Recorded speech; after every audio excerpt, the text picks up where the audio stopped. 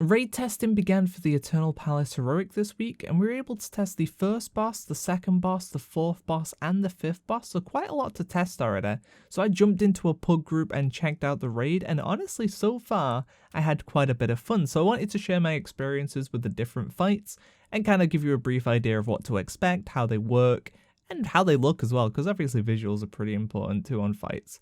So the first boss up was Abyssal Commander Sivara. And this one, well, we got our pug together, we buffed up, we ran in there pretty much blind, just using the dungeon guide to help us out, and well, it didn't go well. It did not go well at all. We died within about 10 seconds. I think we lasted about 10 seconds. So that didn't go well at all, but then we progressively started to learn the fight and understand what was going wrong, and essentially you have two different debuffs that you'll get at the start of the fight. You'll either have a poison debuff or a frost debuff. If your debuffs mix over, so if someone with frost comes near someone with poison, you'll both kind of explode for AoE damage, so you want to keep your marks away from each other. And what we were doing was splitting the raid in half, basically having one colour on one side and the other on the other, just to make sure they didn't cross over. The boss would also do a mechanic for the tanks that would cause them to take a big smash. That would be shared as well, so you can either kind of stack everyone up for that and make them share the damage, or if you have a tank who's able to solo it, you can do that as well. And then periodically through the fight, the boss would do things that would kind of mess with your debuffs a little bit. So it would do a AoE kind of explosion, and it would fire shards of poison and frost across the room. And if you get hit by the opposite debuff, then you're going to explode because you've been hit by the opposite debuff kind of thing. And then there would also be a smash that would happen, and this would cause the person to do like shared AoE damage, and they'd leave a pool on the ground, and it would either be a frost or a poison pool. So if you ran through that as the opposite debuff once again, you would explode. And then finally there was this spear that she would do, and she would throw a spear. It seemed like she threw it at the opposite colour. So if you were poison, she would throw a frost spear at you, and if you were frost, she would throw a poison spear.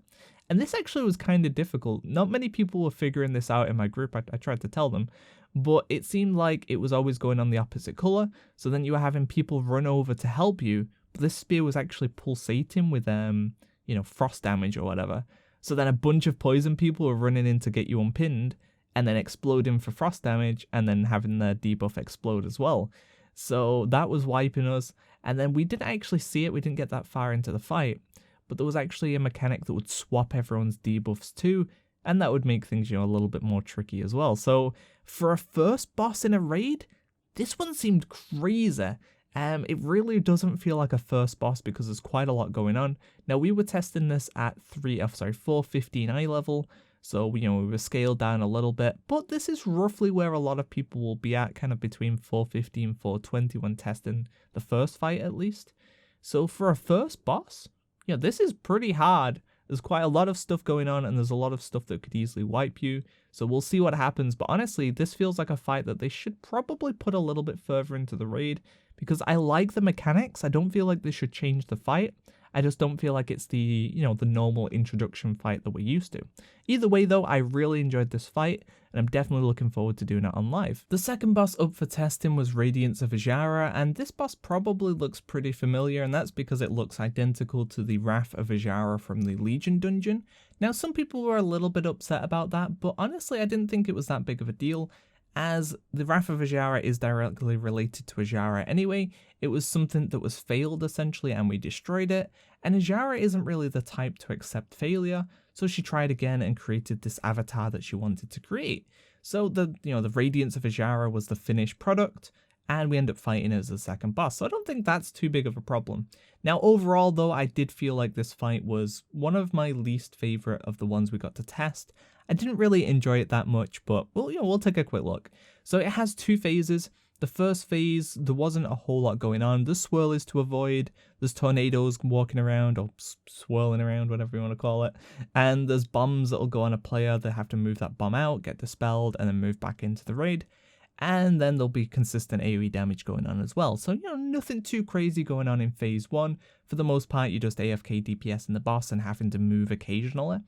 And eventually the boss's energy bar will hit max, and when it does hit max, the boss will get a 99% damage reduction, and you'll move into phase 2. In phase 2, you'll have to hunt down a elemental, a storm wraith I think it's called, And the problem is though, it's normally in a position where your raid isn't, so you have to kind of get to it, and there'll be arcane bombs in the way. There'll be like this line of bombs.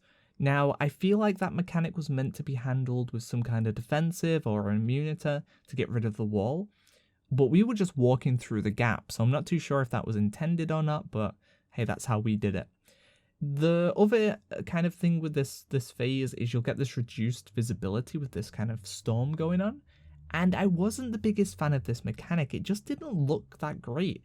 It really felt, it really hindered my visibility, which was intended, but it felt like it hindered it a bit too much. I couldn't really tell what was going on. It just didn't look very good in general, so hopefully that's more of a visual issue and it gets improved. But you could also look directly above your character and completely negate the visibility issue anyway. But yeah, hopefully that gets tweaked a little bit, because I didn't really enjoy that mechanic. It didn't feel like it intended, it worked as intended. But you make your way to the Storm Wraith, you'll DPS it down, and the Storm Wraith only really does one thing that's deadly, and that is this knockback. Now, the reason the knockback is deadly is because it does it in a 300-yard range, so there's not really much outrange in it, and it'll knock you into the water, which is pretty much a kill. It could knock you into the arcane bombs, which is pretty much a kill. It could knock you into the tornadoes that are still going on during this phase. It's pretty much a kill. So you have to really think about your positioning. Now, as a monk, I can use Whirl and Dragon Punch to negate the knockback, and I can use Transcendence. So it wasn't that big of a deal for me, but I've seen people flying absolutely everywhere. And, that poses a little bit of a challenge. So positioning there is definitely key. You'd probably want to clear out an arcane bomb wall and have your raid positioned so they'll fly over towards that wall used to be, so that they're perfectly safe and they can run back in and you'll be good to go. The boss does also need tanking during this phase as well, so do make sure your tanks are in a position where they can get healed and still be tanking and doing their job as well. Once that Storm Wraith is dead, then you'll go back to phase 1 again, and you'll literally just repeat those two phases until the boss dies. So overall, this fight was one of my least favourite. I just didn't really think there was that much going on. The mechanics didn't really feel fun, and it felt more like a first boss fight rather than a second boss fight. I definitely feel like the first and second boss, maybe switcherino those a little bit. It's probably not going to happen, but that's how it feels like it should be. And I also didn't like the size of the boss. Like, we're used to fighting a boss's toe, but this one felt a little bit more extreme. I literally couldn't see the boss when I was full zoomed out. I couldn't even see his arm half the time, so that felt a little bit weird. It really didn't feel like I was hitting anything, especially with the range that you are away from the boss, because you gotta stand on the edge of the water. It just felt like I was swinging at the air. So that was a little bit odd. Maybe scale down the boss a little bit too. But overall, not the most interesting fight. A decent early on fight, but definitely one of my least favourite of the ones that we were able to test. The next fight up for testing was the 4th boss, and that was Lady Ashvane. Now, I don't have a whole lot to say about this fight because I didn't get to see the second phase. We didn't even make it to the second phase, so that says something, but we definitely could have been playing the fight a lot better as well. So, I'll run through what I know about the fight, but I'm not going to give a strong opinion on it because I've not seen the full fight yet. So the fight starts off with Lady Ashvane being turned into some kind of abomination, and she'll have a massive shield. And once you break the shield, you'll move into phase 2, but we never actually got to break the shield. We got close, but we never broke it. So you'll have that shield to break through, and that's kind of the main mechanic of phase 1. When you pull the boss, you'll immediately have some swirlies on the ground, and these will spawn corals. The corals are very important because later on, they'll spawn rippling waves, which will be little blobs of water.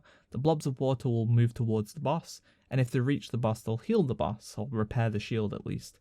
So what you'll want to do is block the path of the orbs, but the downside is every orb you pop, it basically does high raid damage, so if you were to pop them all at once, the raid will die.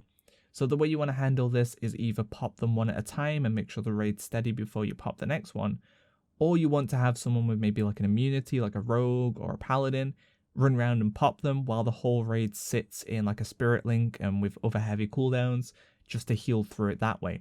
Up to you how you want to approach it. I feel like a lot of groups will do the big cooldown, get them all done at once way, but I'm not too sure there yet. And there'll also be a barnacle smash. This will be the tank mechanic, and it will smash the tank and cause a massive kind of pool of barnacles to be on the ground. Those hurt, so you want to move out of those, but your tank also needs to be considerate about their positioning and where they are so that the room doesn't get taken up too quickly by these barnacles. Other mechanic is there'll be a blue swirly on the ground. If you're inside that, you'll be knocked up and you'll take, damage from being knocked up, and then you'll take 4 damage as well. So you want to be avoiding those as much as possible. And then the other mechanic is the Crushing Depths, which will target it. So it was targeting 3 people in our raid with this circle around them. And you want to move those out of the raid. You want to be in a position where you're all grouped together, everyone who has Crushing Depths. And when it expires, it will give anyone else inside the circle Crushing Depths. So you want to move away from the raid.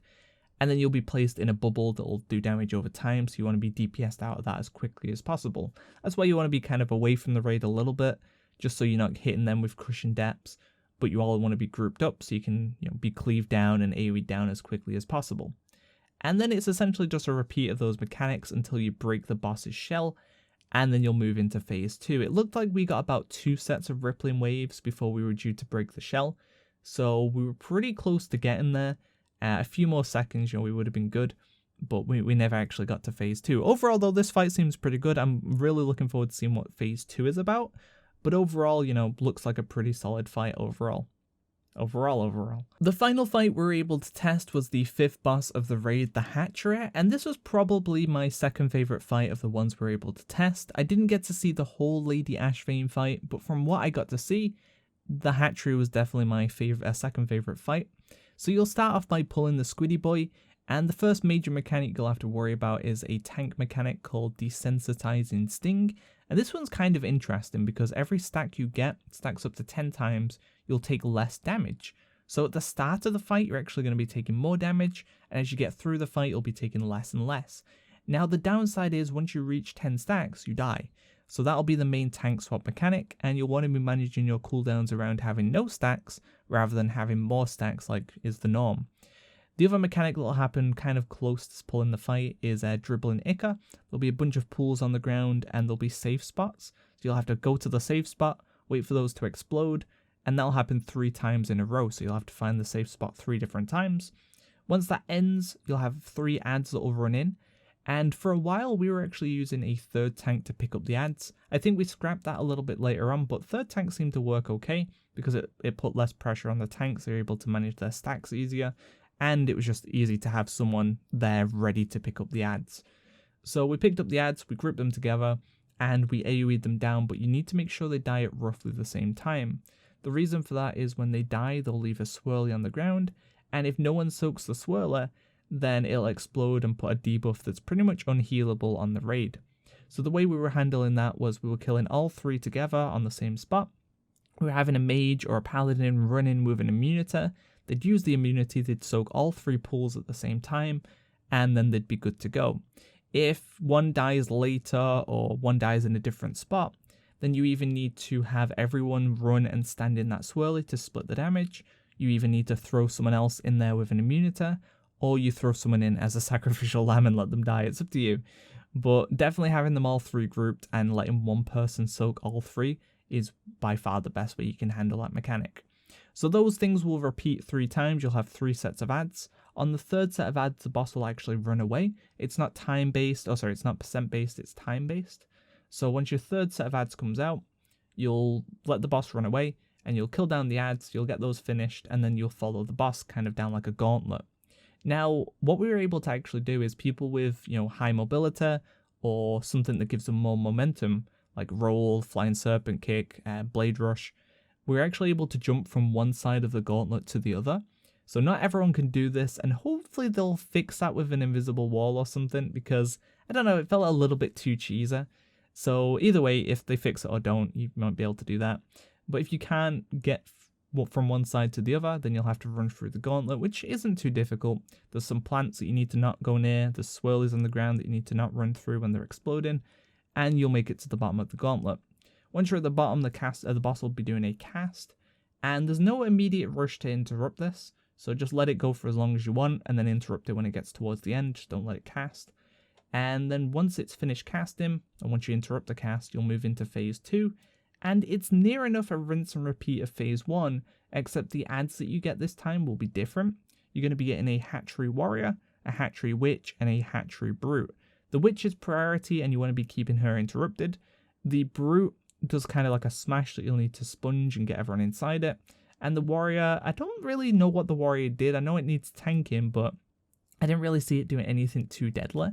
But the witch was definitely our first focus, the warrior was our second focus, and then the brute being killed off last. So not too crazy of a fight. I think if we got a few more attempts on this, we would have actually got a kill. But I think it was a pretty cool fight in general, and it looked good, and I think the mechanics worked quite well. So that was a look at 4 of the 8 fights in Eternal Palace, and so far, it's looking like a pretty solid raid. I mean, visually it looks amazing. The fights that we got to test were pretty good. Now, obviously, the latter half of the raid is going to be the important part, because those are the fights that are really going to step up the difficulty and, be the really cool ones and important ones. But from the ones that we got to test, I had a pretty fun time, and I'm really looking forward to this raid coming out. So I think this raid might contend with one of my favorite raids. It depends on the rest of the fights, depends on mythic difficulty. But overall, I had a pretty fun time. And yeah, hopefully you enjoyed this kind of early-ish look at the fights, and I'll be covering the other fights as well once they come onto the PTR too. So thanks for watching, guys. Look out for more videos coming soon. See ya.